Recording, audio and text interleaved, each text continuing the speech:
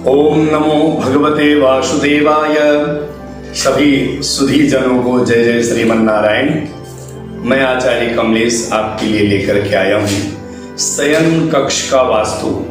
जैसा कि आप जानते हैं हमारे जीवन में वास्तु का बहुत अहम स्थान है और आपको एक इसी में पहली बड़ी जानकारी दे दें कि आजकल कोई भी आदमी शास्त्र पुराणों की जो जानकारियां हैं उनको पढ़ कर आप तक पहुंचा रहे हैं। एकदम सही है जानकारी देना, लेकिन आप ये जान लीजिए, उनको जानना बहुत जरूरी है कि यह जानकारियां ब्राह्मण के मुख से प्राप्त हो तो आपके लिए आशीर्वचन स्वरूप उसका लाभ मिलता है। अब ये अधिकार प्राप्त है आचार्यों को, ब्राह्मणों को, विप्रों को, गुरुजनों को कि हम आपकी सेवा ज्ञान के माध्यम से, जानकारियों के माध्यम से करें। और इसी को ध्यान में रखते हुए हम अपना दायित्व समझ करके आपके लिए यह वीडियो लेकर के आए हैं कि वास्तु में शयन कक्ष, बेडरूम कहाँ होना चाहिए, किसके लिए क्या स्थान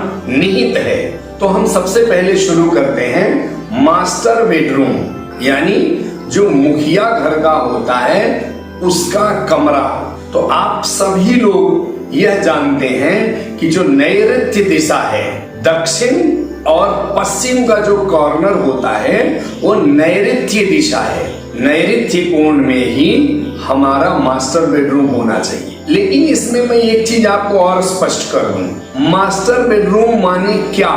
तो हम लोग खाली ये जानते हैं कि मास्टर बेडरूम माने घर का जो मुखिया है, बड़ा है, बुजुर्ग है, उसका स्थान होना चाहिए। एकदम सही है, लेकिन इसमें थोड़ा परिवर्तन भी है। इसका ये महत्व है कि वास्तु में जो घर का भार ढोता हो, यानी जो घर की सारी व्यवस्था को चलाता हो, जिसके ऊपर पूरे घर का भार हो गृहस्थी को चलाने का, उसका बेडरूम वहां होना चाहिए नैऋत्य कोण में। ठीक है।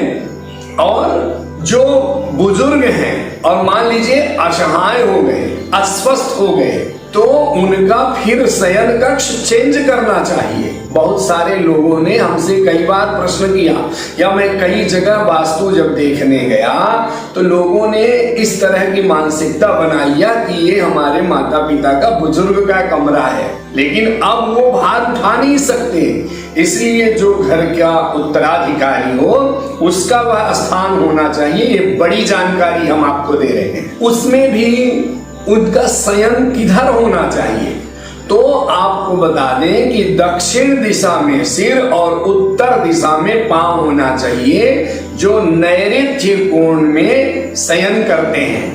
क्योंकि दो दिशाओं को मिलकर के कोना बनता है, तो जो पश्चिम का कॉर्नर होता है वहां पितरों का स्थान है, वो राहु का स्थान है, इसलिए उधर सिर करके नहीं सोना चाहिए। पश्चिम को सिर, पूर्व को पांव, या पूर्व को सिर, पश्चिम को पांव करके नहीं सोना चाहिए। उससे कई प्रकार की पीड़ाएं उत्पन्न हो जाती हैं, पितृदोष नया बन जाता है। इसलिए हमें ये जानकारी रखना है कि नैऋत्य दिशा में तो होना चाहिए मास्टर बेडरूम, लेकिन ये भी ध्यान रखना है कि जो घर का भार ढोता हो, जिसके ऊपर घर को चलाने का, भरण पोषण की जवाबदारी हो, उसको वह स्थान हल्का करता है। दर्शक, उसके ऊपर कोई प्रेशर नहीं बनता, कोई डिप्रेशन नहीं बनता। इसीलिए ये भी कहते हैं कि यहाँ पर वजनदार चीजें हों। ये बिल्कुल गलत है। मैंने अब तक ऐसा नहीं पाया, जहां भी वजनदार पाया वहां हमने देखा है कि लोगों को मेंटल हो जाते हैं, लोग मानसिक रूप से दिवालियापन हो जाते हैं। ये मेरा प्रैक्टिकल अनुभव है, आपको बता दें। इसलिए वहां के वजन का भार का मतलब है कि जो घर का भार ढोता हो। आजकल लोग लोहे की अलमारियां या और बहुत सारी चीजें, या उधर एक सीढ़ी ऊपर ही उस कक्ष को बना देते हैं। ये वास्तु के विपरीत है, एकदम खिलाफ है। इससे बड़ा नुकसान होता है। इसी में आप एक दूसरी जानकारी ले लें कि जो लोग अनमैरिड होते हैं, जिनका विवाह नहीं होता, उनको वायव्य कोण में सोना चाहिए। वायव्य कोण में पश्चिम को सिर और पूर्व की तरफ पांव करके सोना चाहिए। इससे उनका विवाह शीघ्र होता है। और क्या होता है उनके जीवन में बहुत रौनकता आती है, हमेशा वो अपग्रेड करते हैं, उन्नति को पाते हैं। साथ में जिनका स्वास्थ्य अस्वस्थ है वो भी उस जगह में शयन कर सकते हैं।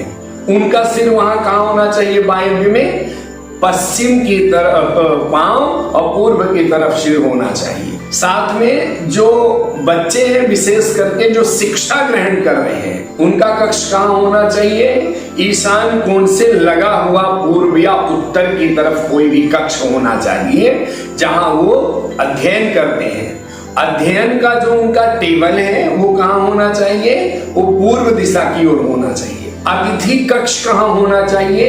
यह वायव्य कोण में होना चाहिए, या मध्य भाग में भी हम उनको स्थान दे सकते हैं। मध्य भाग ज्यादातर आप कई मल्टीपर्पस यूज कर सकते हैं, जैसे कि पूजा के लिए भी आप यूज कर सकते हैं। यदि आपकी ईशान में जगह ना बनती हो, कई बार प्लाट ऐसे होते हैं कि उस अनुरूप हम जगह स्थान निर्मित नहीं कर पाते, तब फिर हम वहां पर मध्य भाग को इस्तेमाल कर सकते हैं। फिर सब्स्टिट्यूट हम किचन भी वहां इस्तेमाल कर सकते हैं, पूर्व को टच करके वहां पर हम भगवान का भी स्थान दे सकते हैं।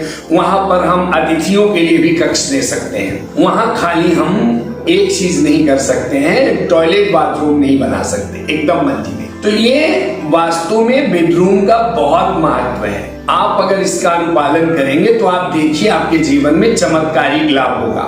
आप अधिक से अधिक इस वीडियो को लाइक करें, सब्सक्राइब करें और शेयर करें, ताकि और लोगों को भी समुचित जानकारी मिल सके। सादर धन्यवाद। जय जय श्रीमन्नारायण।